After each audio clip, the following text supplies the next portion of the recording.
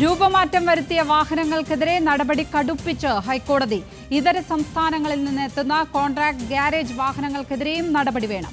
LED ലൈറ്റുകൾ ഉൾപ്പെടെ നീക്കം ചെയ്യണം. മോട്ടോർ വെഹിക്കിൾ ഉദ്യോഗസ്ഥരെ വ്ലോഗർമാർ ഭീഷണിപ്പെടുത്തുന്നുണ്ടെങ്കിൽ അറിയിക്കണമെന്നും ഹൈക്കോടതി. കൂടുതൽ വിവരങ്ങളുമായി കൊച്ചിയിൽ നിന്ന് ഷബ്ന സിയാദ് ചേർന്നു. ഷബ്ന, വാഹനത്തിൽ സ്വിമ്മിംഗ് പൂൾ അടക്കം ഒരുക്കിയുള്ള ഒരു വ്ലോഗറുടെ ചെയ്തി നമ്മളെല്ലാവരും കണ്ടതാണ്.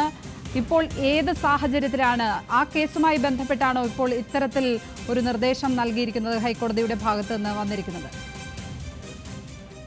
ഈ മോട്ടോർ വാഹന വകുപ്പുമായി ബന്ധപ്പെട്ട് ഈ വാഹനങ്ങൾക്ക് രൂപമാറ്റം വരുത്തുന്നത് സംബന്ധിച്ച് നിരവധി കേസുകൾ അല്ലെങ്കിൽ നിരവധി പരാതികൾ കോടതിയുടെ മുമ്പാകെയുണ്ട്.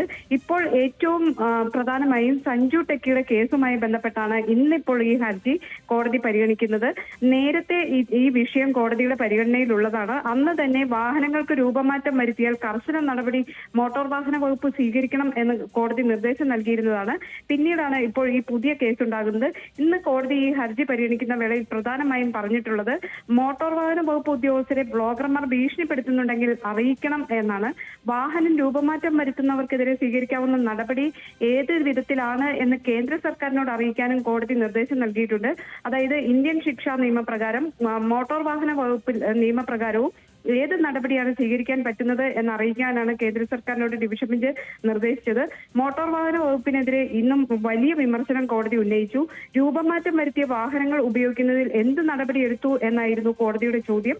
അതുപോലെ നിയമം ലംഘിക്കുന്നവർക്കെതിരെ സർക്കാർ നടപടിയെടുക്കുന്നില്ല എന്നായിരുന്നു വിമർശനം. ഹൈക്കോടതിയുടെ മുൻ ഉത്തരവുകൾ വേണ്ട രീതിയിൽ നടപ്പാക്കുന്നില്ല എന്നും കോടതി പറഞ്ഞു. ഇതര സംസ്ഥാനങ്ങളിൽ നിന്ന് എത്തുന്ന കോൺട്രാക്ട് ഗ്യാരേജുകൾ ഉൾപ്പെടെ അത്തരത്തിൽ രൂപമാറ്റം വരുത്തി വരുന്നുണ്ട്. LED അതുപോലെ നിയോൺ ലൈറ്റുകൾ ഘടിപ്പിച്ച് വാഹനങ്ങൾ ഓടിക്കുന്നു. ഇത്തരത്തിലുള്ള ഫ്ലാഷ് ലൈറ്റുകൾ ഉപയോഗിച്ചാൽ എതിരെ വരുന്ന ഡ്രൈവർമാർക്ക് കണ്ണ് കാണാതാകും. വലിയ അപകടങ്ങൾ ക്ഷണിച്ചു വരുത്തുന്നതാണ് ഇത്. ഇത്തരത്തിലുള്ള രൂപമാറ്റം വരുത്തുന്നവർക്കെതിരെ ഒന്നും നടപടി കൃത്യമായി സ്വീകരിക്കുന്നില്ല.